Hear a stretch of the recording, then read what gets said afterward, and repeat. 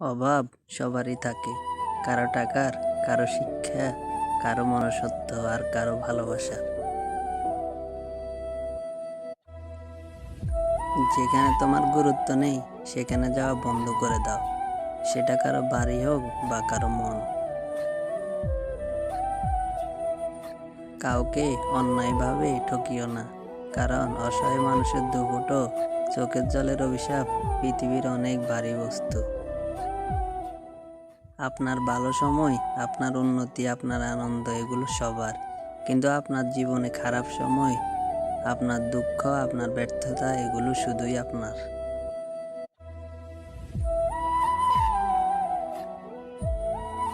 আমিও একদিন হারিয়ে যাওয়ার মিছিলে যোগ দেব। সেদিন আমার নামে সবার মতো অভিযোগ 1000টা সুনামে রূপান্তরিত হবে। ঝগড়ার পরে যে প্রথমে কথা বলে সে নির্লজ্জ না, তার কাছে সম্পর্কের মূল্যটাই সবচাইতে বেশি। খারাপ সময়ে জীবনের সবচাইতে দামি পরীক্ষাটি দিতে হয়।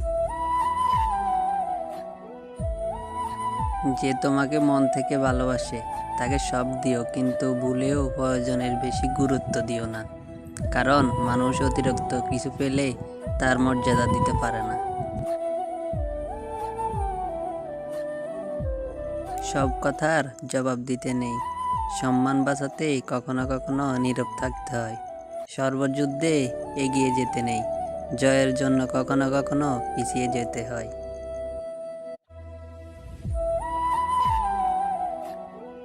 লোভ মানুষকে অনেক নিচে নামিয়ে দেয়, আর অভাব মানুষকে অনেক কিছু শিখিয়ে দেয়।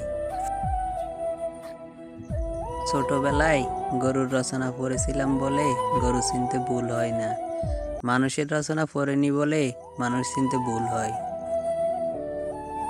মানুষ এক জন্মে সাধনা করিয়া উন্নত হয় না, বরং স্বামী ও স্ত্রীর সাধনার মাধ্যমে সন্তান জন্ম দিলে এক একটি সাধকের জন্ম হয়।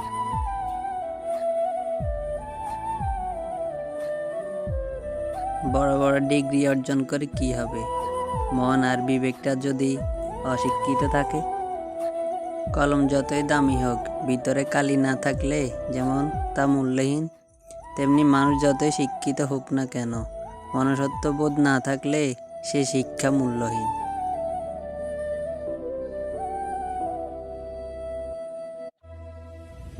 তুমি কতটা শিক্ষিত, তুমি দেখতে কেমন, তোমার কত টাকা আছে, এসবে কিছু যায় আসে না। তুমি মানুষ হিসেবে কেমন, সেটাই সবচেয়ে গুরুত্বপূর্ণ। মিথ্যার কোনো ভবিষ্যৎ নেই, এটা হয়তো তোমাকে আজ সুখী করবে, কিন্তু মনে রেখো কাল তোমাকে এর জন্য কাঁদতেই হবে।